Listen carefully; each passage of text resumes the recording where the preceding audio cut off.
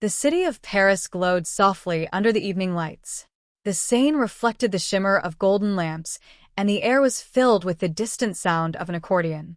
Etienne, a man in his late 30s, walked hand in hand with his wife Amélie, smiling as they crossed Pont-Neuf.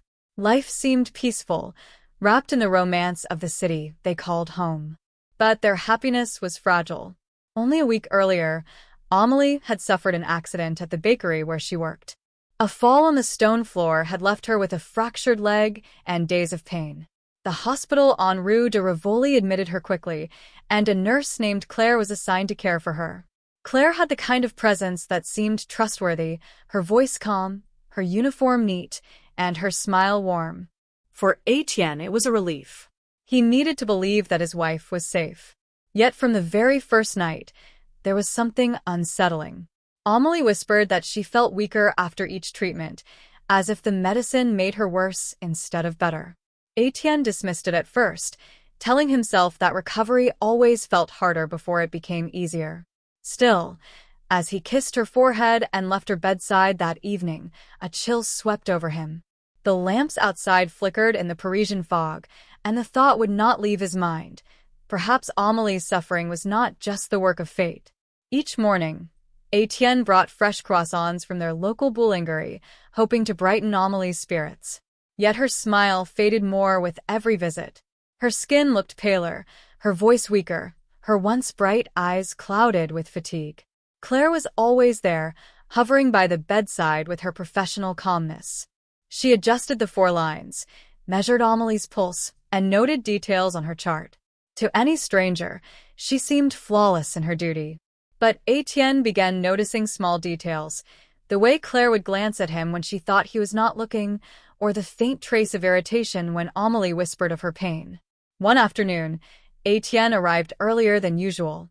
He found Amélie trembling, her lips dry, whispering that the nurse had given her a stronger dose than before.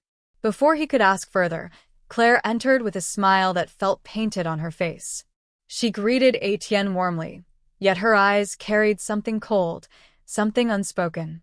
For the first time, Etienne wondered if Amélie's fears were true.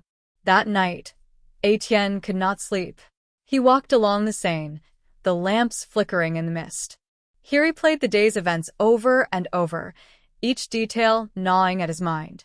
Could a nurse, someone sworn to heal, truly be capable of harm?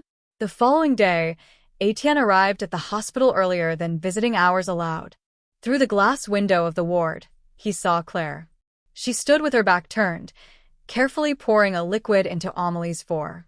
Something about her movements seemed deliberate, cautious, as if she did not want to be seen. Etienne's breath caught in his throat. When Claire noticed him watching, she froze. For a moment, their eyes locked. Then, smoothly, she replaced the bottle and smiled as though nothing were amiss.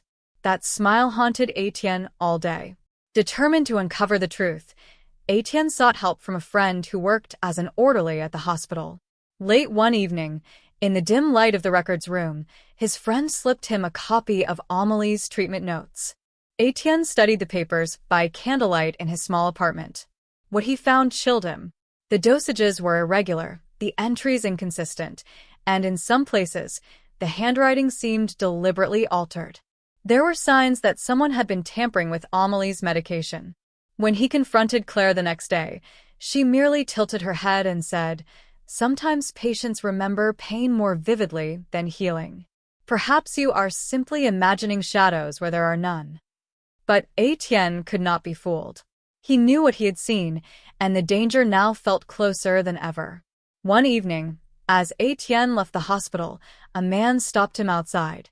He was older, with tired eyes, dressed in a worn coat. In a low voice, he said, "Be careful of that nurse. You are not the first family she has watched over." Others did not leave this hospital as fortunate. Before Etienne could ask more, the man disappeared into the crowd of Paris. His words echoed in Etienne's mind. If true, this was no coincidence. Amélie was in grave danger. That night, Etienne sat by Amélie's bedside, holding her hand tightly, whispering promises he was not sure he could keep. He vowed silently to protect her, no matter what it took. The truth came by accident. Etienne followed Claire one evening, keeping to the shadows of the hospital corridor. She entered a small office, leaving the door ajar. Inside, her voice carried through the crack. "I will make her suffer," she whispered fiercely. "For what her family did to me. For the humiliation I endured because of them." Etienne's blood ran cold. So it was not incompetence nor error, it was deliberate. Claire's actions were fueled by hatred, by a personal grudge against Amelie's family. The motive was cruel, disgusting, and utterly inhuman. The more Etienne discovered, the more dangerous things became. He noticed his visits were now closely monitored. Nurses who once smiled politely began avoiding his gaze. Even Amelie, weakened by pain, begged him not to provoke Claire, fearing retaliation. But Etienne's resolve hardened. He began collecting evidence, notes, altered prescriptions, even the testimony of the old man who had warned him. With every step, he felt the net tightening around him, as if the hospital itself conspired to silence him. Paris, usually a city of light and romance, now felt suffocating, its narrow streets closing in on him with every passing night. Etienne could bear it no longer. One evening, as rain lashed against the hospital windows, he confronted Claire directly. "Why are you doing this to my wife?" he demanded, his voice trembling with fury. For a moment, her mask slipped. Her smile faded, her eyes burned with hatred. "Because she deserves it," she hissed. "Because her family ruined mine. You think love protects you, but love makes you blind." Etienne felt a wave of nausea. This woman, trusted with his wife's life, was nothing more than a predator cloaked in white. That night, Etienne stayed hidden in the hospital, refusing to leave Amelie alone. In the early hours, he caught Claire again, syringe in hand, moving towards the bed. He leapt forward, grabbing her wrist before the needle touched Amelie's skin. The struggle was fierce, violent, filled with whispered threats and desperate cries.